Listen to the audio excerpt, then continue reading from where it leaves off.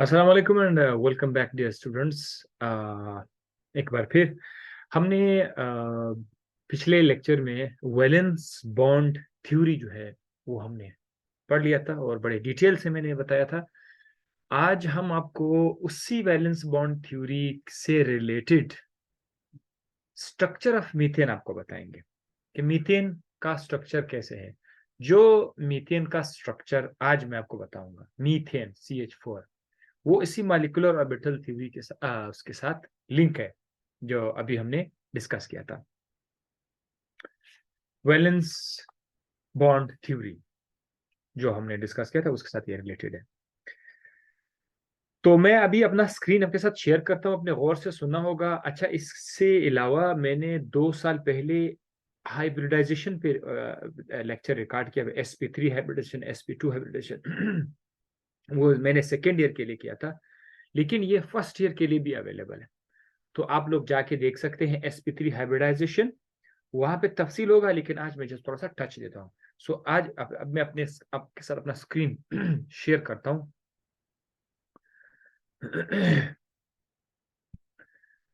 अच्छा,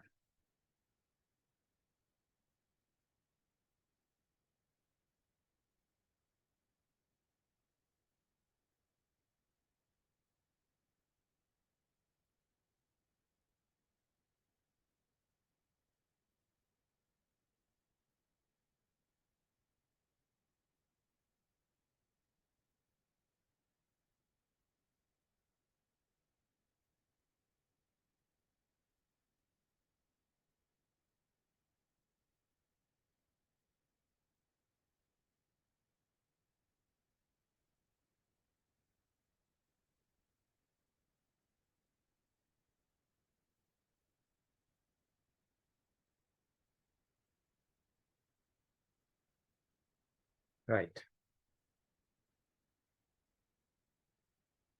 ओके।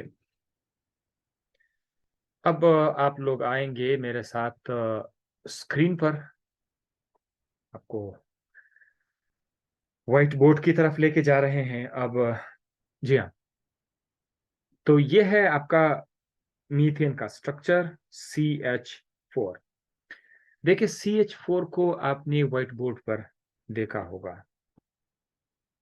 हम white board पर ऐसे लिखते हैं, कार्बन लिखते हैं, फिर कार्बन के आसपास इस तरह से 4 बॉन्ड्स लिखते हैं, फिर उसके साथ हम हाइड्रोजन लिख देते हैं, कार्बन के आसपास 4 हाइड्रोजन है, ठीक है, इस तरह लिख देते हैं।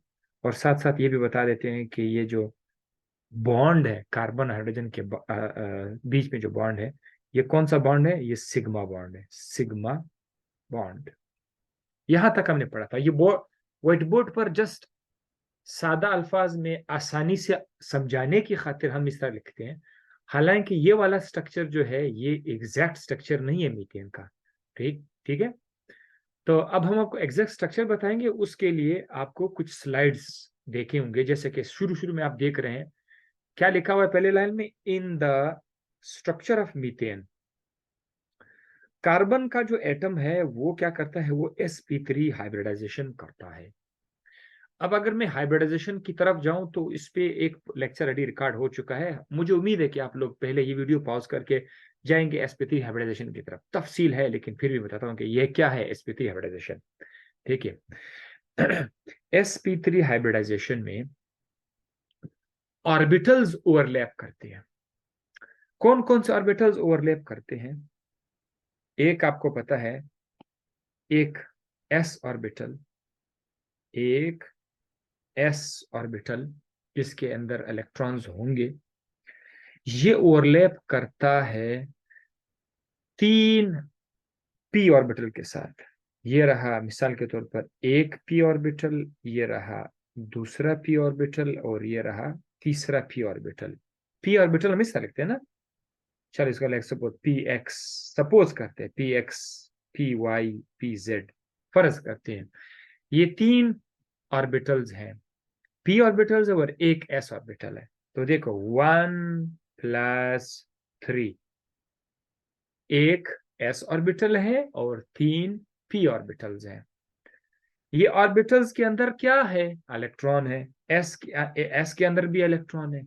पी के अंदर भी इलेक्ट्रॉन है, p x, p y, p z के सबके अंदर इलेक्ट्रॉन है। जब ये तीन ऑर्बिटल्स एक एस ऑर्बिटल के साथ मिक्स हो जाते हैं, उसके बाद क्या होगा, चार तरह के न्यू ऑर्बिटल्स बन जाएंगे, ये इस तरह से, एक ऑर्बिटल, दूसरा ऑर्बिटल, तीसरा ऑर्बिटल, चौथा ऑर्बिटल, चार ऑर्बिटल्स बन जाएंगे। अब ये जो चार ऑर्बिटल्स है, इनकी शक्ल और एनर्जी एक जैसी है। क्या लिख लेता हूं मैं, सेम एनर्जी एंड शेप। इस प्रोसेस को क्या कहते हैं, हाइब्रिडाइजेशन कहा जाता है। जब ऑर्बिटल्स मुख्तलिफ शक्ल मुख्तलिफ है, जैसे कि अभी देखिए एस का शक्ल मुख्तलिफ है, पी का शक्ल अलग है, मुख्तलिफ शक्ल वाले और मुख्तलिफ एनर्जी वाले, एनर्जी भी इनका डिफरेंट है, एस ऑर्बिटल का एनर्जी अलग है, पी का एनर्जी अलग है। तो मुख्तलिफ शक्ल वाले, मुख्तलिफ एनर्जी वाले ऑर्बिटल्स जब मिक्स हो जाएंगे, उनके मिक्सिंग होने के बाद जब नए ऑर्बिटल्स बन जाएंगे और उन नए ऑर्बिटल्स का शेप सेम होगा, एनर्जी भी सेम होगा, इस प्रोसेस को कहते हैं हाइब्रिडाइजेशन। अब हाइब्रिडाइजेशन में sp3 फिर क्या है, sp3 का मतलब यह है कि एक s ऑर्बिटल और तीन p ऑर्बिटल, sp3। भाई इसको क्यों लिखा जाता है, या ऊपर ऊपर आप जरा देखिए मैं क्या लिख रहा हूं, sp3, यानी एक s ऑर्बिटल मिलेगा और तीन p ऑर्बिटल्स मिलेंगे। तो जब आप मीथेन की तरफ आ जाएंगे, मीथेन में ऐसा ही हाइब्रिडाइजेशन होगा, sp3 होगा, sp2 नहीं होगा। एक s ऑर्बिटल मिलेगा, तीन p ऑर्बिटल मिलेंगे, और उसके बाद चार नए ऑर्बिटल्स बनेंगे। हम उन नए ऑर्बिटल्स को नाम भी देंगे। उन नए ऑर्बिटल्स का नाम क्या होगा, चार के चार ऑर्बिटल का नाम होगा sp3। देख अब मैं लिखना शुरू करता हूं, इसका नाम भी होगा sp3, इसका नाम भी होगा sp3 ऑर्बिटल, इसका नाम भी होगा sp3 हाइब्रिड ऑर्बिटल, इसका नाम भी होगा sp3 हाइब्रिड ऑर्बिटल। चार के चार का नाम हो जाएगा sp3 हाइब्रिड ऑर्बिटल। एक और चीज, हाइब्रिडाइज्ड ऑर्बिटल को लिखने का तरीका क्या है कि उसके दो लोब होते हैं, एक बड़ा लोब होता है, एक छोटा लोब होता है। छोटा लोब आमतौर पर नहीं दिखाया जाता, ठीक है। आगे लेक्चर्स में हम आपको सिंगल लोब दिखाएंगे, छोटा वाला लोब नहीं दिखाएंगे, ठीक है। ऐसे यहां से मैं थोड़ा सा जगह छोड़ देता हूं, यहां पर, जी हाँ ऐसे लिख देता हूं, जैसे कि ये एक हाइब्रिडाइज ऑर्बिटल है। तो जब हम लेक्चर पे आपको रिकॉर्ड करके बताएंगे तो जस्ट इस तरह से करके दिखाएंगे, राइट। अच्छा जनाब, अब मैं यहां से आपको लेके जाऊंगा दूसरे स्क्रीन की तरफ। कार्बन का जो इलेक्ट्रॉनिक कॉन्फ़िगरेशन है, अगर उस पर गौर किया जाए, कार्बन के अंदर हम सबसे पहले जाते हैं। कार्बन के अंदर 1s orbital, 1s subshell, 2s और 2p सबशेल होते हैं। यह आपके सामने स्क्रीन पर है। और इसके अंदर इलेक्ट्रॉन्स कितने हैं, 2 4 6 इलेक्ट्रॉन है, C6, ठीक है ना। कार्बन के साथ हम लोग क्या लिखते हैं, C6, 6 इलेक्ट्रॉन है। 6 कहां पर है, दो इलेक्ट्रॉन मौजूद है 1s ऑर्बिटल में। इसके साथ हमारा कोई लेना देना नहीं है, हाइब्रिडाइजेशन ये हिस्सा नहीं लेता बॉन्ड फॉर्मेशन में। जिसके साथ दो है ना आखिरी ऑर्बिटल में, वो 2s और 2p है, तो ये हिस्सा लेंगे। अच्छा, ये जो 2s है, ये बॉन्ड बनाने में, हाइब्रिडाइजेशन में ये हिस्सा लेंगे। अब जो p है, p ऑर्बिटल पे जरा, p सबशेल पे, सॉरी p सबशेल, ये सब का सब क्या है, ये p सबशेल है। इसके अंदर हर खाना एक ऑर्बिटल शो करता है। p सबशेल में तीन खाने होते हैं, हर खाना एक ऑर्बिटल है। पहले खाने का नाम है 2px ऑर्बिटल, दूसरे खाने का नाम है 2py और 2pz ऑर्बिटल। ये जो तीर का निशान है, ये इलेक्ट्रॉन्स है। तो अब आप देख सकते हैं दो इलेक्ट्रॉन यहां पे पड़े हुए हैं, दो इलेक्ट्रॉन 2s में पड़े हुए हैं, जबकि दो इलेक्ट्रॉन p सबशेल के अंदर पड़े हुए हैं। तो टोटल 6 हो गए। अब अगर आप पी सब शेल के अंदर देखें तो ये वाला जो एक ऑर्बिटल है ये खाली है, एम्प्टी, एम्प्टी, खाली है, इसके अंदर कोई इलेक्ट्रॉन नहीं है।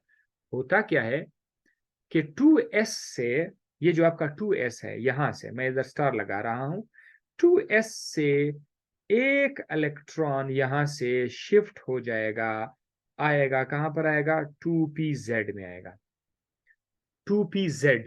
अब आप परेशान होंगे कि यार 2pz क्या है, p तो चलो समझ आ गया, ये xyz क्या है, इसमें आपको परेशान होने की जरूरत नहीं है। आपको पता है कि स्पेस में एक्स वाई डायरेक्शन कोऑर्डिनेट्स को शो करते हैं, तो एक ऑर्बिटल जो है वो एक्स एक्सिस पे पड़ा हुआ है, लाइक दिस, ये x axis, y axis, z axis, हम ऐसे लिखते हैं ना, ये आपका एक्स एक्सिस है, ये आपका वाई एक्सिस है, और ये आपका जेड एक्सिस है। तो जो ऑर्बिटल एक्स एक्सिस पे पड़ा हुआ है वो पी एक्स, 2px, जो वाई पे पड़ा हुआ है वो 2py, जो जेड पे 2pz है, बस इतना सा। अच्छा, एक इलेक्ट्रॉन जब आ जाएगा उसके बाद क्या होगा उसके बाद क्या होगा कि नीचे अब आप देख सकते हैं 2s के अंदर अब सिर्फ एक इलेक्ट्रॉन है, और आप 2px में देखो एक इलेक्ट्रॉन यहाँ पर है, 2p में एक ये 2pz में, ये जो 2pz वाला इलेक्ट्रॉन है ये आपको पता है ये कहाँ से आया हुआ है, ये 2s से आया हुआ है। तो अब हमारे पास क्या होगा कि इन ऑर्बिटल्स की आपस में मिक्सिंग हो जाएगी, मिक्स हो जाएंगे ये। जब ये मिक्स हो जाएंगे, ये चार ऑर्बिटल्स, ये 2s, 2px, 2py, ये आपस में मिक्स हो जाएंगे। इनके मिक्स होने के बाद चार ऑर्बिटल्स आएंगे, मैं आपको शक्लें बताऊंगा। चार ऑर्बिटल इस तरह से बनेंगे, एक, दो, तीन, चार, सब चार के चार का शक्ल एक जैसा, एनर्जी एक जैसा है। अब ये हाइब्रिडाइजेशन तो हो गया, इसमें तो कोई शक ही नहीं, लेकिन कौन सा हाइब्रिडाइजेशन है, sp3, sp3, क्यों sp3, क्योंकि एक s और तीन p ऑर्बिटल्स आपके सामने ही तो मिक्स हो गए थे ना, इसी इसका नाम है sp3 हाइब्रिडेशन रखा गया है। अच्छा, अब मजे की बात बताऊं, ये बात चल रही है कार्बन के अंदर, सारा गेम कार्बन के अंदर चल रहा है, ये सब कुछ कार्बन के अंदर चल रहा है। अब हम कार्बन के आसपास इन ऑर्बिटल्स को शो करेंगे, जाहिर करेंगे ऐसे, जैसे कि आप अब देखा, अगर अगर अनहाइब्रिडाइज देखा जाए, ठीक है, शुरू शुरू में जब ये मिक्स नहीं हुए थे, मिक्स नहीं होने थे, तो उस वक्त जो है उसका शेप कुछ इस तरह से था, ऐसे, जैसे कि कलर में थोड़ा सा चेंज करता हूँ, यस, ये रहा, ओके सॉरी, इसको प्रॉपर लिख लेते हैं। अच्छा, अब मैं, ये आपको पता है ये एक्स एक्सिस है, एक्स एक्सिस, एक्स एक्सिस, ये क्या है, ये वाई एक्सिस है, ये वाई एक्सिस है, और ये भी वाई एक्सिस है। अब जेड एक्सिस क्या है, वो बिल्कुल इसके बीच में हमें एक लाइन है। सो बहरहाल एक्स एक्सिस पे एक ऑर्बिटल यूं पड़ा हुआ है, ये रहा, ये आपका 2px है, 2px। अच्छा, 2py, उस केस में क्या होगा, ये होगा आपका 2py, और 2pz फिर इस तरह पड़ा होगा कि यहां पर एक और लाइन हम ड्रॉ करेंगे, एक्स एक्सिस वाई एक्सिस, ये जेड एक्सिस को शो करेगा, इस जेड एक्सिस के ऊपर हम एक लाइन को शो करेंगे, एक ऑर्बिटल यहां पे लिख लेंगे, यहां से एक ऑर्बिटल हम लिख लेंगे। जी हाँ, तो ये हाइब्रिडाइजेशन से पहले ये इस तरह के हालात हैं। अब हाइब्रिडाइजेशन के बाद क्या होगा,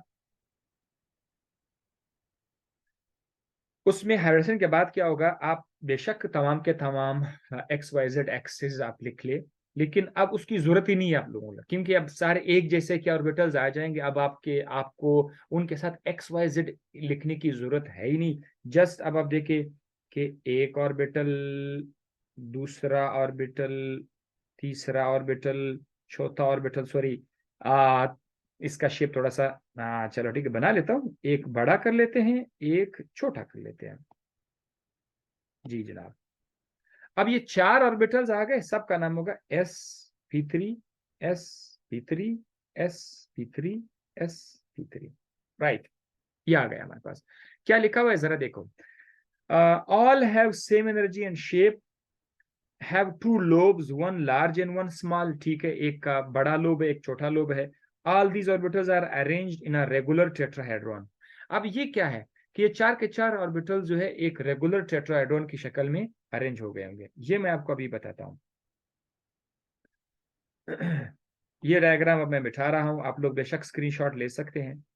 रेगुलर टेट्राहेड्रॉन का मतलब क्या है?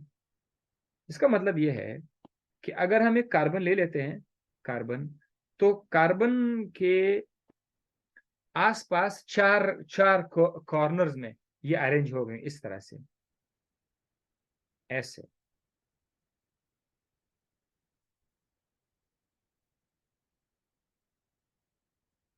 इस तरह चार कॉर्नर्स की तरफ, कॉर्नर 1, कॉर्नर 2, कॉर्नर 3, कॉर्नर 4, चार कॉर्नर्स को बोलते हैं टेट्राहेड्रॉन।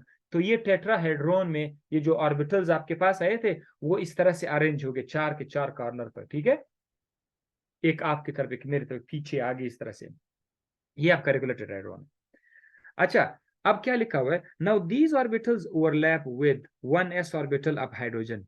अब क्या होगा? अब ओवरलैपिंग स्टार्ट हो जाएगी। अब हाइड्रोजन आएगा कि भाई मैं आ जाता हूं, मैं तैयार हूं। हाइड्रोजन के पास कौन सा ऑर्बिटल है? पहले से हाइड्रोजन बेचारे के पास सिर्फ और सिर्फ एस ऑर्बिटल है। पी नहीं है, जेड वाई नहीं है, वो पी नहीं है, डी नहीं है, कोई ऐसा सबशेल नहीं है। एस के पास सिर्फ एक ही सबशेल है, वो गोल है, ठीक है। तो हाइड्रोजन आके क्या करेगा? अब लेट सपोज मैं आपके लिए लिख देता हूं, ये कार्बन है।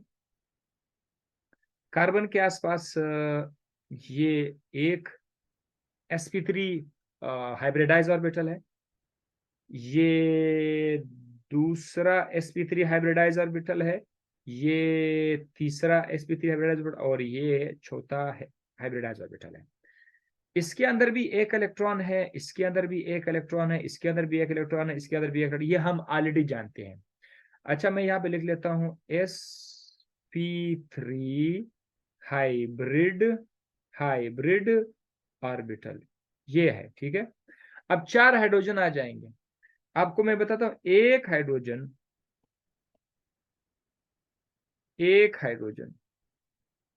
को हम लोग इस तरह लिखते हैं, ठीक है, गोल शेप उसका देते हैं।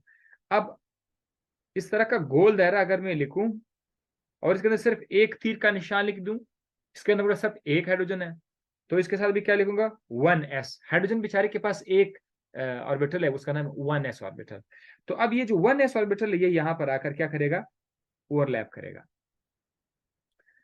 अब जब ओवरलैप करेगा इस जगह पर क्या हो जाएगी? ओवरलैपिंग हो जाएगी, ओवरलैपिंग, ओवरलैपिंग।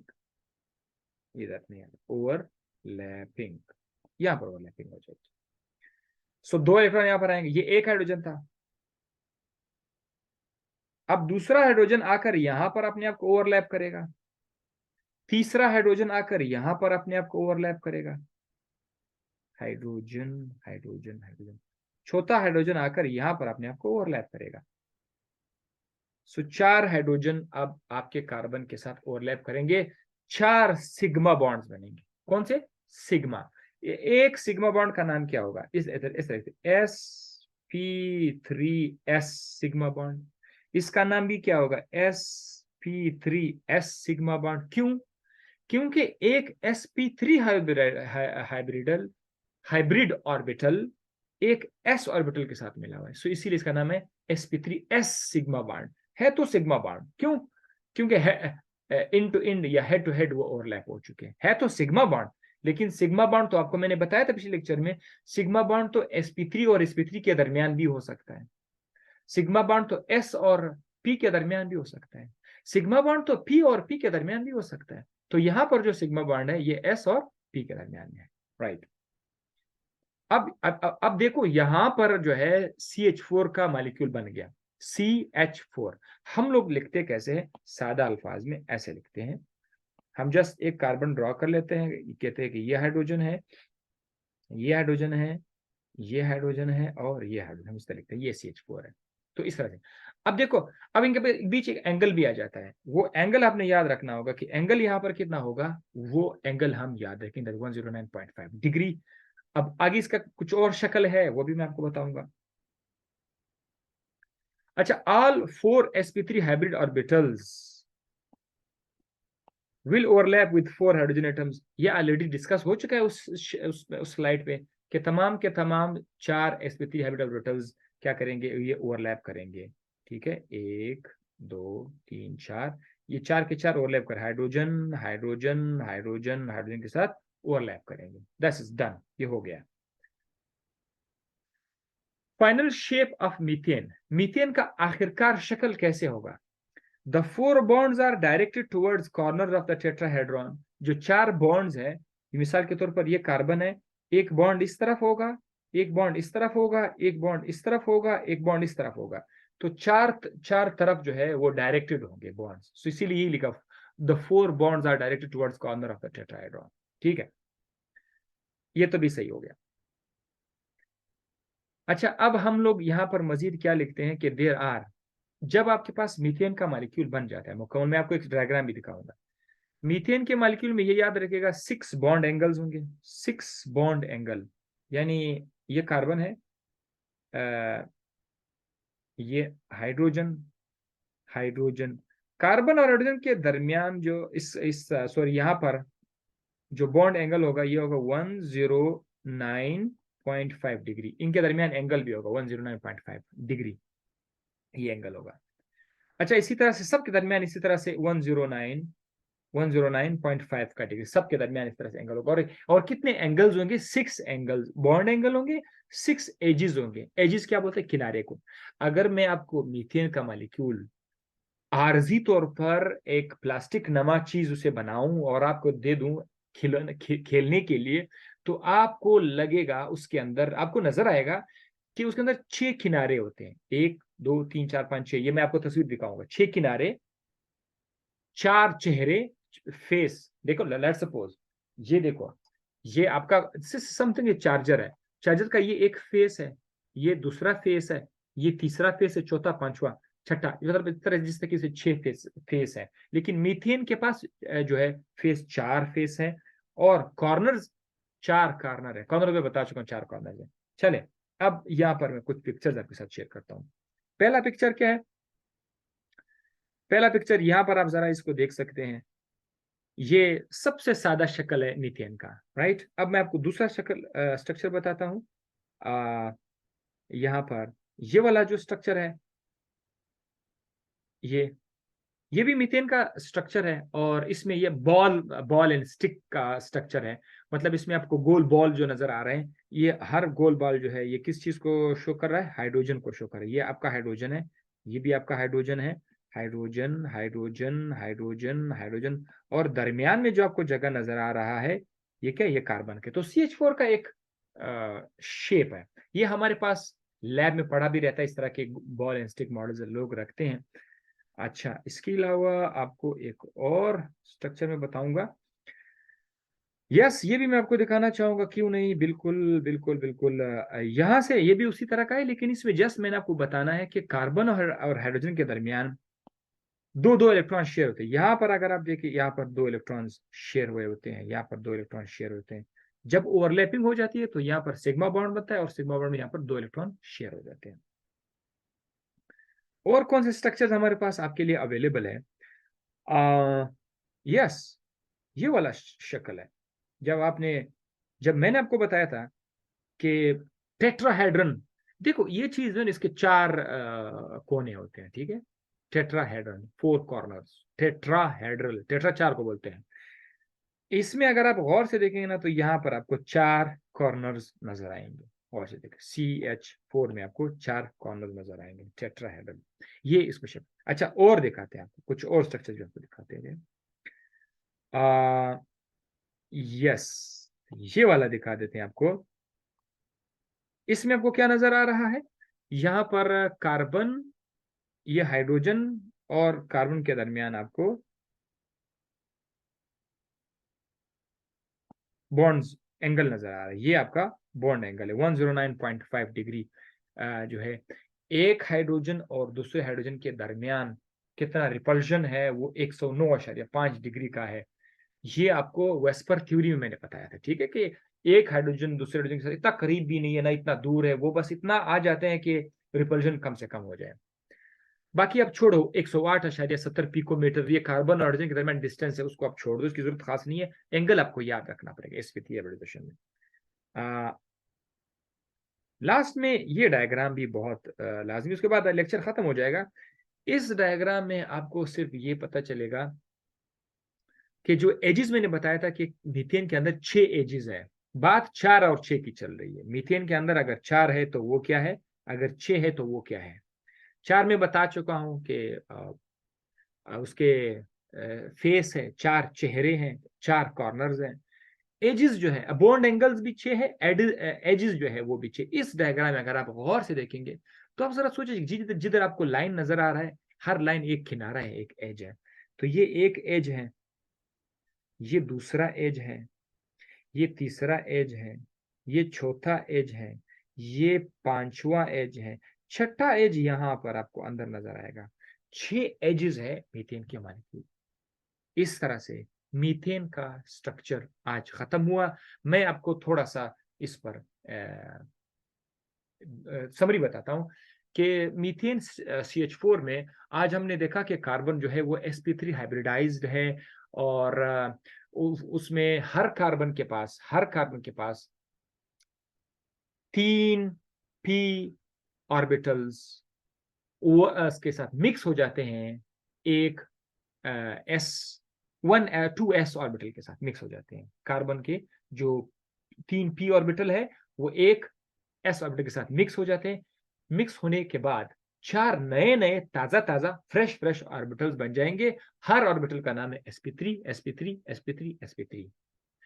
तमाम के तमाम ऑर्बिटल्स का शक्ल सेम होगा, एनर्जी सेम होगी। ये 4 के 4 ऑर्बिटल्स में एक एक इलेक्ट्रॉन होगा, इसको हाफ फील्ड ऑर्बिटल भी कहा जाता है। उसके बाद क्या होगा, हाइब्रिडेशन तो मुकम्मल हो गया, उसके बाद क्या होगा, 4 हाइड्रोजन आ जाएंगे, हर हाइड्रोजन अपने आप को ओवरलैप करेगा उन हाइब्रिडाइज्ड ऑर्बिटल के साथ, तो सिग्मा बॉन्ड बनेगा। 4 सिग्मा बॉन्ड बनेंगे, हर सिग्मा बॉन्ड का नाम होगा s sp3 sigma bond, s sp3 sigma bond, s sp3 sigma bond, s sp3 sigma bond.